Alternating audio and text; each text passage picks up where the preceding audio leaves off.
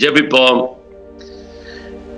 நேற்றும் இன்றும் என்றும் மாறாமல் இருக்கிற நல்லாண்டவரே, நீர் ஆசீர்வதிக்கப்பட்ட இந்த காலை நேரத்துல நோக்கி நாங்கள் துதிக்க, ஜெபிக்க, உடைய வேத வசனங்களை வாசிக்க, தியானம் பண்ண, ஆண்டவரே மிஷினரிகளை குறித்து நாங்கள் ஆண்டவரே தியானம் பண்ண நீர் கொடுத்த கருவியாக நன்றி செலுத்துகிறோம். கலந்து கொண்ட தேவ பிள்ளைகள் அனைவரை ஆசீர்வதியும். இந்த நாளில் கூட எங்களோட என்ன பேச வேண்டும் என்று சித்தமா இருக்கிற பேசும். எங்களுக்கு ஆண்டவரே கற்றுத்தாரும், வழி நடத்தும். இயேசு கிறிஸ்துவின் நாமத்தில் ஜெபிக்கிறோம் நல்ல பிதாவே, ஆமென். கர்த்தருடைய பரிசுத்த நாமத்துக்கு மகிழ்வதாக. இந்த நாளிலும் கூட வேத பகுதி மார்க்கு 6ஆம் அதிகாரம் வசனம் 1 முதல் 6 வசனங்கள் வரைக்கும் வேத வாசிப்பு எரேமியா 30ஆம் அதிகாரம் வசனம் 1 முதல் 33 வசனங்கள் வரைக்கும். மனப்பாட வசனம் மார்க்கு 6ஆம் அதிகாரம் 3வது வசனம். மார்க்கு 6ஆம் அதிகாரம் 3வது வசனம் நான் படிக்கிறேங்க. இவன் தச்சன் அல்லவா, மரியாளுடைய குமாரன் அல்லவா, யாக்கோபு, யோசே, யூதா, சீமோன் என்பவர்களுக்கு சகோதரன் அல்லவா, இவன் சகோதரிகளும் இங்கே நம்மிடத்தில் இருக்கிறார்கள் அல்லவா என்று சொல்லி அவரை குறித்து இடரல் அடைந்தார்கள். இது மனப்பாட வசனம். இந்த நாளினுடைய வசனத்தினுடைய தலைப்பு என்னன்னு சொன்னா, இயேசுவை பின்பற்றிய பெண்கள். இயேசுவை பின்பற்றிய பெண்கள். பெண்கள் வேதத்தில் ரொம்ப முக்கியமானவர்கள். ஒரு மனிதனுடைய 2 கண்கள் போன்றவர்கள். கண்கள் சரியாக இருந்தால் சரீரம் முழுவதுமாக வெளிச்சமா இருக்கும். கண்கள் இருளா இருந்தால் சரீரம் முழுவதும் இருளா இருக்கும். அதே போலதான் பெண்கள் குடும்பத்துல வெளிச்சமா இருக்கும்போது குடும்பமே வெளிச்சமா இருக்கும். அதே போல சபையில பெண்கள் ஒளியா இருக்கும்போது சபையில வெளிச்சிருக்கும். தேசத்திலும் பெண்கள் ஒளியா இருக்கும்போது தேசமே வெளிச்சமா இருக்கும். ஒரு 7 காரியங்கள் நான் சொல்றேன் கேளுங்க. பெண்களை குறித்து. நம்முடைய ஆண்டவராய் இயேசு கிறிஸ்து மனிதனாக இந்த உலகத்துல பிறப்பதற்கு ஒரு பெண் தேவைப்பட்டது. அதான் மரியாள், கன்னி மரியாள்.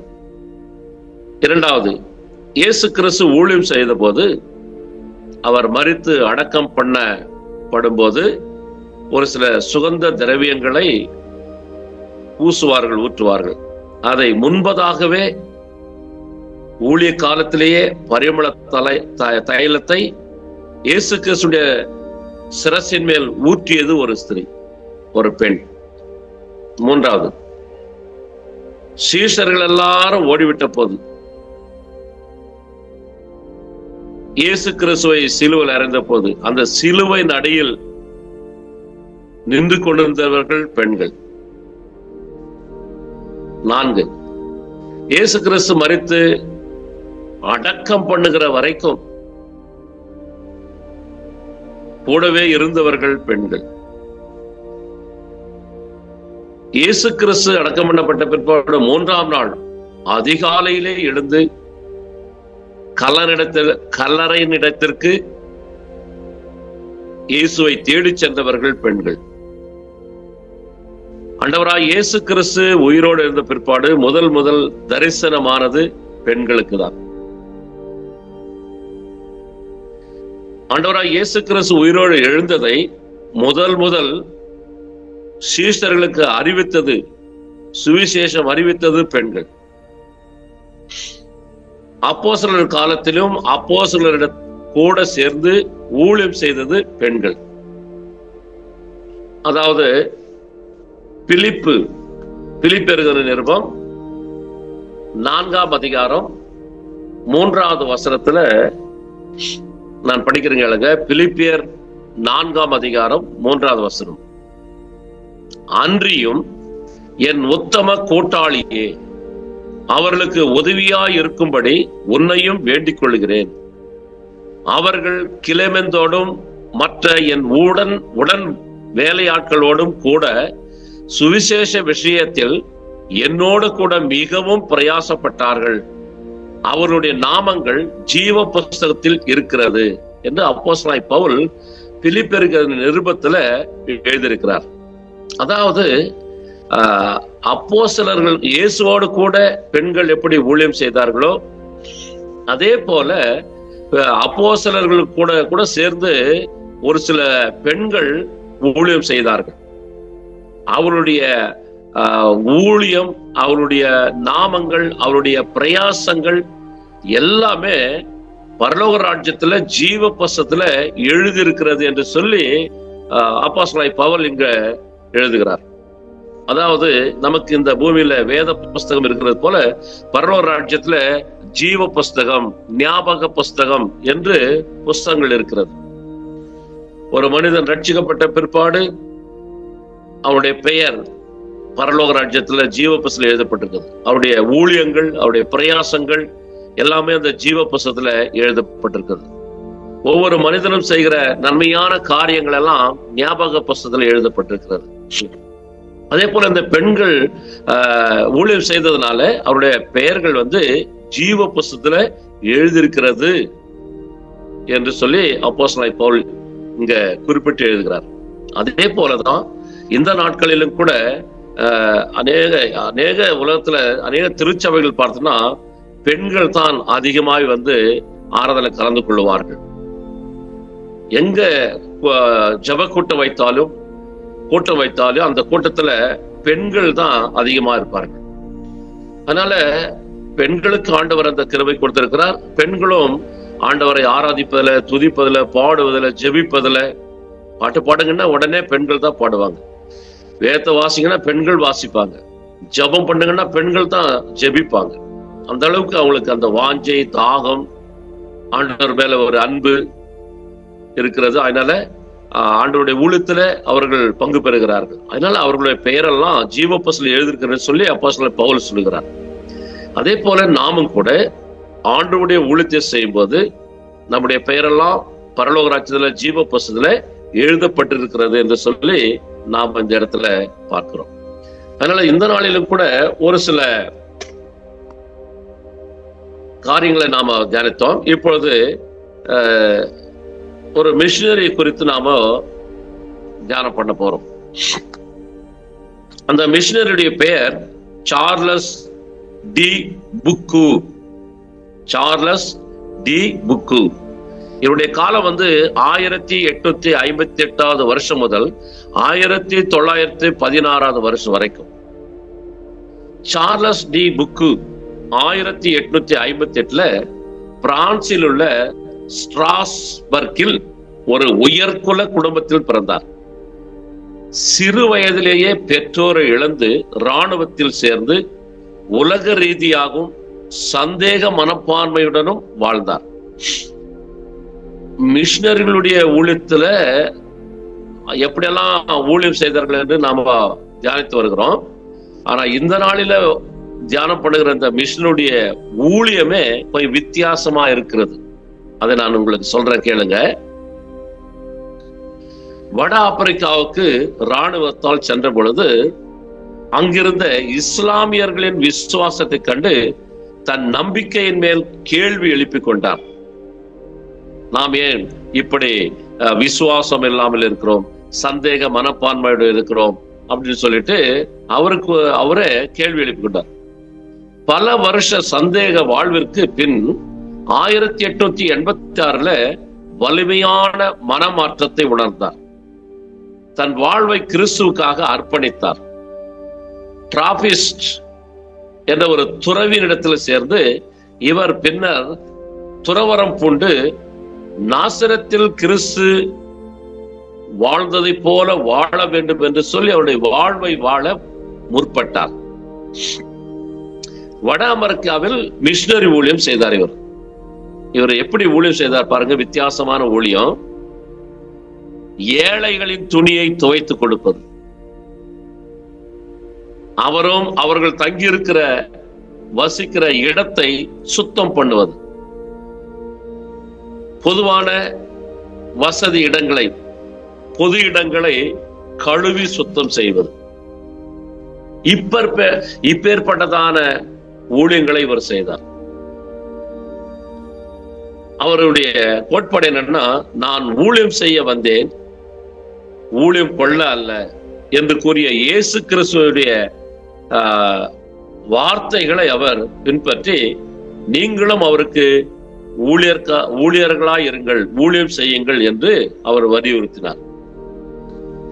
இவர் லிட்டில் பிரதர்ஸ் ஆஃப் ஜீசஸ் என்ற நிறுவனத்தை தொடங்கிவிட்டு கர்த்தருடன் இருக்க சென்று விட்டார், அதாவது மறித்து விட்டார்.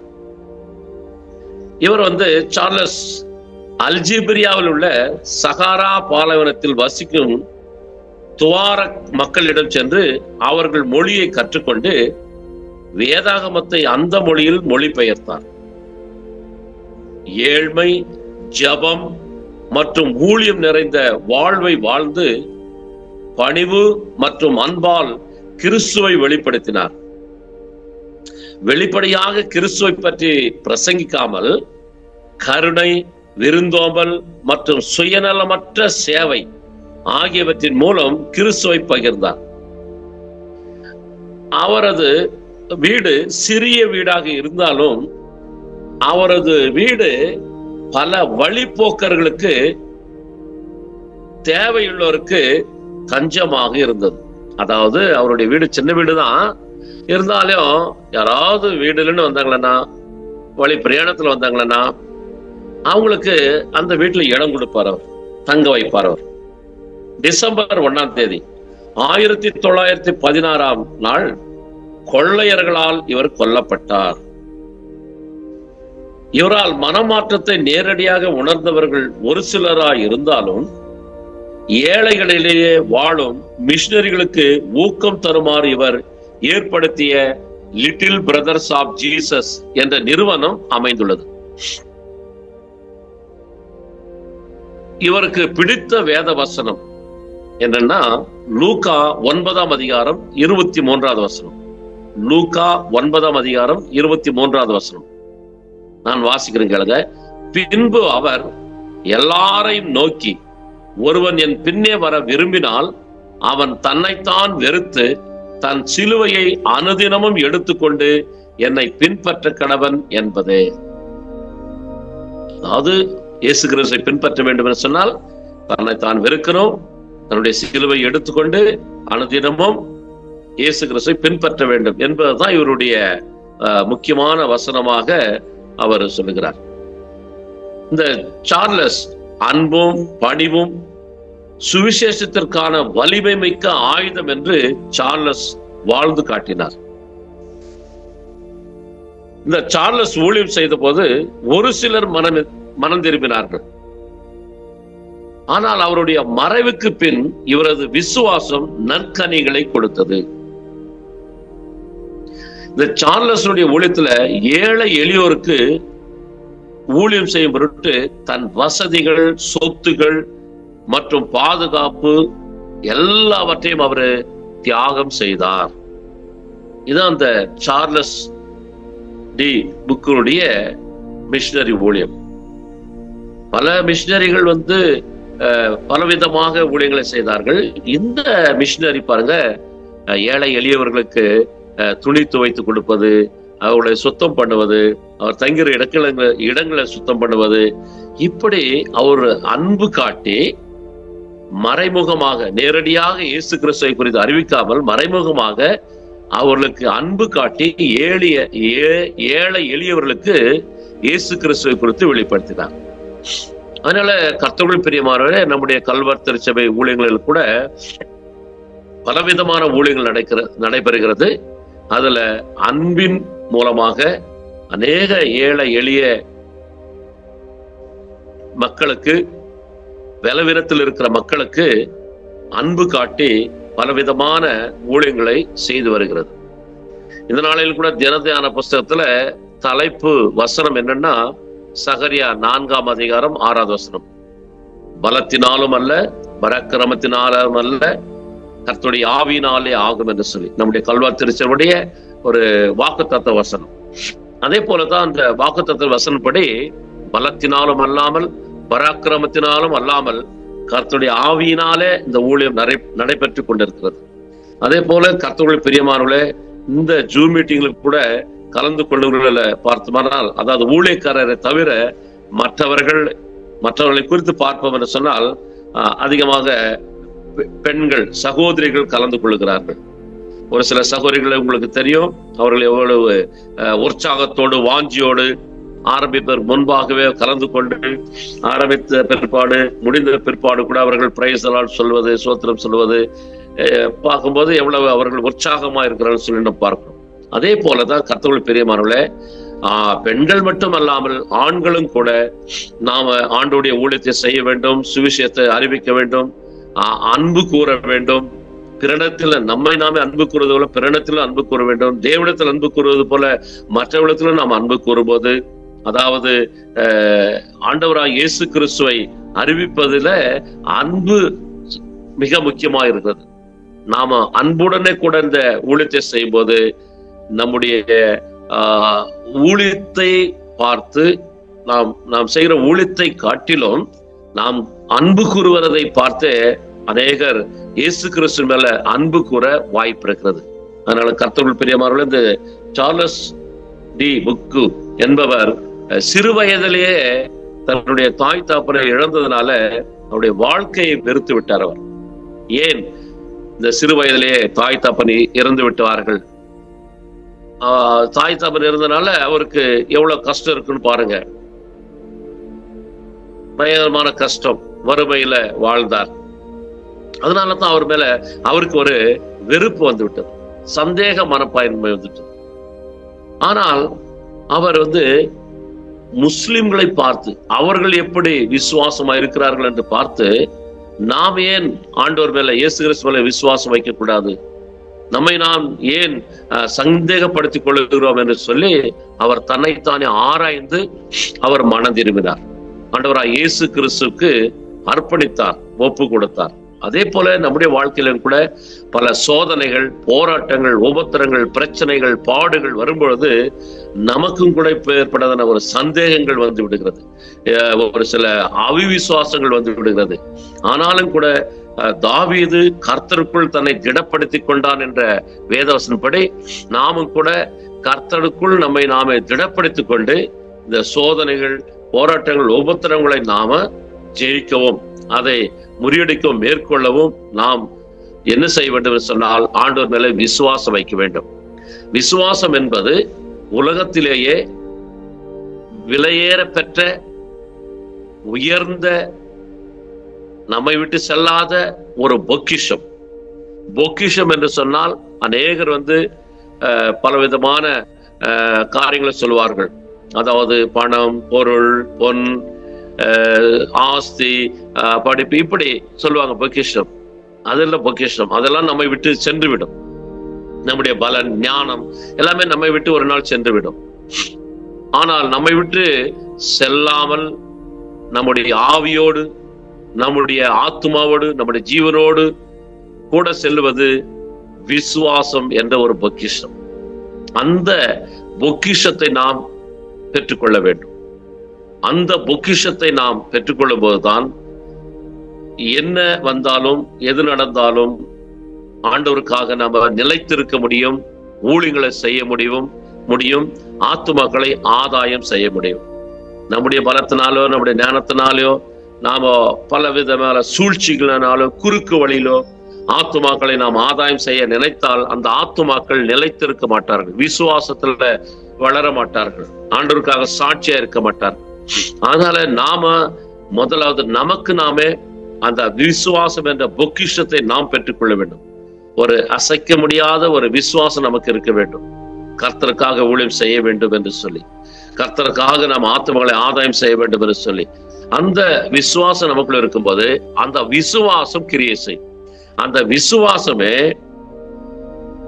உலகத்தை ஜெயிக்கிற ஜெயம் என்று சொன்ன வசனப்படி நமக்கு இருக்கிற விசுவாசமே ஆத்துமக்களை ஆதாயம் பண்ண அது உதவியா இருக்கும். நம்முடைய விசுவாசத்தை மற்றவர்கள் பார்ப்பார்கள், இவர்கள் எப்படி விசுவாசமா இருக்கிறார்கள். அப்ப நாம கூட இயேசு கிறிஸ்து மேல விசுவாசம் வைக்கலாம் என்று சொல்லி அவர்களுக்கு அந்த வாஞ்ச எண்ணம் வரும். நாம பேசும்போதே அவிவிசுவாசமா பேசினு, ஒரு சந்தேகமா பேசினு, ஒரு குறைகளை பேசினு இருந்தோம்னா மற்றவர்கள் நம்ம பார்த்து அவர்களே சந்தேகமா பேசுறாங்க, அவிவிசுவாசமா பேசுறாங்க, அவங்களுக்கே விசுவாசம் இல்லை, நம்பிக்கை இல்லை அப்படின்னு சொல்லிட்டு அவங்களும் நம்பிக்கை வைக்க மாட்டாங்க, விசுவாசம் வைக்க மாட்டாங்க. மற்றவர்கள் இயேசு கிறிஸ்து மேல விசுவாசம் வைக்கணும்னா முதல்ல நாம விசுவாசம் உள்ளவர்களா இருக்க வேண்டும். இந்த விசுவாசம் இந்த சார்லஸ் டி புக்குக்கு இல்லாம இருந்தது சிறு வயதுல. காரணம் அவருக்கு வந்த பாடுகள், உபத்திரங்கள், அவருடைய பெற்றோருடைய இழப்புகள். ஆனால் மற்றவர்களுடைய விசுவாசத்தை பார்த்து, முஸ்லிம்களுடைய விசுவாசத்தை பார்த்து நமக்கேன் இந்த விசுவாசம் இருக்கக்கூடாது என்று சொல்லி அவர் மனம் திரும்ப ரட்சிக்கப்பட்டார். அவருக்குள்ள அந்த விசுவாசம் வர்த்திக்கப்பட்டது. சீஷர்கள் இயேசுவிடத்துல எங்களுடைய விசுவாசத்தை வர்த்திக்க பண்ணும் என்று கேட்ட பொழுது கேட்டார்கள். அதே போல நம்முடைய விசுவாசத்தை நாம் வர்த்திக்க பண்ண வேண்டும். ஒவ்வொரு நாளும் நம்முடைய விசுவாசம் வளர வேண்டும், விருத்தி அடைய வேண்டும். அப்பொழுதுதான் நமக்கு இருக்கிற விசுவாசம் நம்முடைய குடும்பத்துல பரவும், நம்முடைய சபையில பரவும். நமக்கு இருக்கிற விசுவாசம் நம்முடைய சபை மக்களுக்கு வரும். அதனால கர்த்தருக்குள் பிரியமானவர்களே, இந்த சார்லஸ் டி புக்கு அவர்களை குறித்து ஒரு சில காரியங்களை தியானித்தோம். அவருடைய வித்தியாசமான ஊழியங்களை குறித்து பார்த்தோம். இந்த ஊழியத்தை அந்த நாளிலும் யாரும் செய்யவில்லை, இந்த நாளிலும் கூட யாரும் அதிகமா செய்யறதில்லை. மற்றவர்களுக்கு துணி துவைத்து கொடுப்பது, அவருடைய இடங்களை சுத்தம் செய்வது, கழுவுவது, பொது இடங்களை, பப்ளிக் பிளேஸ்ல கூட போயிட்டு இவர் என்ன பண்ணுவார்னா சுத்தம் பண்ணுவாராம். இந்த தூய்மை பணியாளர்கள் அப்படின்னு சொல்லுவாங்க, அந்த மாதிரி இந்த தூய்மை பணியெல்லாம் அவர் செய்வார். அதன் மூலமா இயேசு கிறிஸ்துவ அவங்களுக்கு வெளிப்படுத்தினார். இந்த ஊழியத்தை நாம செய்வோமா? நாமளும் செஞ்சா நல்லா இருக்கும். செய்தா அதன் மூலமா ஆத்துமாக்கள் ஆதாயம் பண்ணலாம். இது ஊழியத்தில் ஒரு ஊழியம் வந்து பல விதமா செய்யலாம். ஆண்டவர் யார் யாருக்கு என்னென்ன ஊழியங்களை கொடுத்திருக்கிறாரோ அந்தந்த ஊழியங்களை நாம செய்யும் போது அந்த ஊழியத்தின் மூலமா கர்த்தருடைய நாமம் மகிமைப்படும். அதன் மூலமாக ஆத்துமாக்கள் ஆதாயம் பண்ணப்படுவார்கள். அதனால நாம் ஜெபிப்போம். கர்த்தர் நமக்கு கொடுத்த ஊழியங்களை நாம் விசுவாசத்தோடு கூட செய்வோம். கர்த்தர் நம்மை ஆசீர்வதிப்பார், நம்முடைய குடும்பங்களை ஆசீர்வதிப்பார், ஊழியங்களை ஆசீர்வதிப்பார், சபை மக்களை ஆசீர்வதிப்பார், மற்றவர்களையும் கூட ரட்சிக்கப்படும்படி கர்த்தருடைய ஆவியானவர் கிரியை செய்வார். ஜெபிக்கலாம். பரலோகத்தில் வாசம் பண்ணுகிற எங்கள் பரலோக தகப்பனே, நீர் ஆசீர்வதிக்கப்பட்ட இந்த காலை நேரத்துல ஆண்டவரே சார்லஸ் டி புக்கு என்ற ஆண்டவர் மிஷனரி குறித்து எங்களுக்கு வெளிப்படுத்தினீர், கற்றுக் கொடுத்தீர். அவரை போல நாங்கள் ஊழியம் செய்ய உதவிச்சேங்க. அவரை போல நாங்கள் ஊழியம் செய்யவிட்டாலும் கூட கர்த்தாவே உம்முடைய அன்பை நாங்கள் எடுத்து சொல்ல ஆண்டவரே நீர் எங்களுக்கு கொடுத்த ஆண்டவரே ஊழியங்களை நாங்கள் விசுவாசத்தோடு கூட செய்ய கிருபை தாரும். எங்களுக்குள் இருக்கிற விசுவாசம் ஆண்டவரே எங்களுடைய குடும்பத்தினருக்கும் எங்களுடைய சபை மக்களுக்கும் மற்றவர்களுக்கும் பரவ அவர்களும் இயேசுவின் மேல விசுவாசம் வைக்க ஆண்டவரே மனம் திரும்ப ரட்சிக்கப்பட கர்த்தர் உதவி செய்ய முடியாது நாங்கள் ஜெபிக்கிறோம். கல்வார் திருச்சபை ஊழியங்களை ஆசீர்வதியும். பல இடங்களில ஆண்டவரே நடக்கிற ஒவ்வொரு ஊழியங்களை ஆசீர்வதிங்க. ஆண்டவரே கல்வார் திருச்சபை ஊழியங்களை நடத்துகிற தலைவர் அண்ணனுக்காக, அக்காவுக்காக, 3 மகன்களுக்காக, 3 மருமகளுக்காக, 8 பேரப்பிள்ளைகள் பேத்திகளுக்காக ஜெபிக்கிறோம். ஆசீர்வதிங்க. அவர்களுக்கு நல்ல சுகமலம் தாங்க.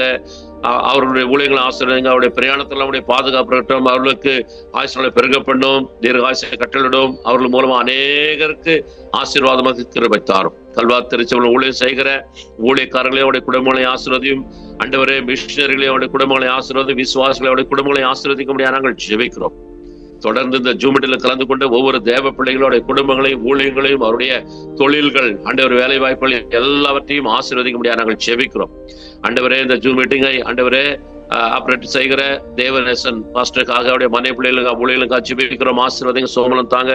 பாஸ்டர் சாலமோனுக்காக அவருடைய மனை பிள்ளைகள் ஊழியர்களுக்காக ஜெபிக்கிறோம். ஆசீர்வதிங்க. சோமலம் தாங்க. அப்ப நன்றி.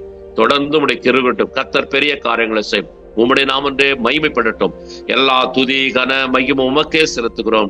எங்கள் கர்த்தரும் மீட்பரும் இரட்சகருமா இருக்கிற இயேசு கிறிஸ்துவின் நாமத்தில் ஜெபிக்கிறோம் நல்ல பிதாவே. ஆமென்.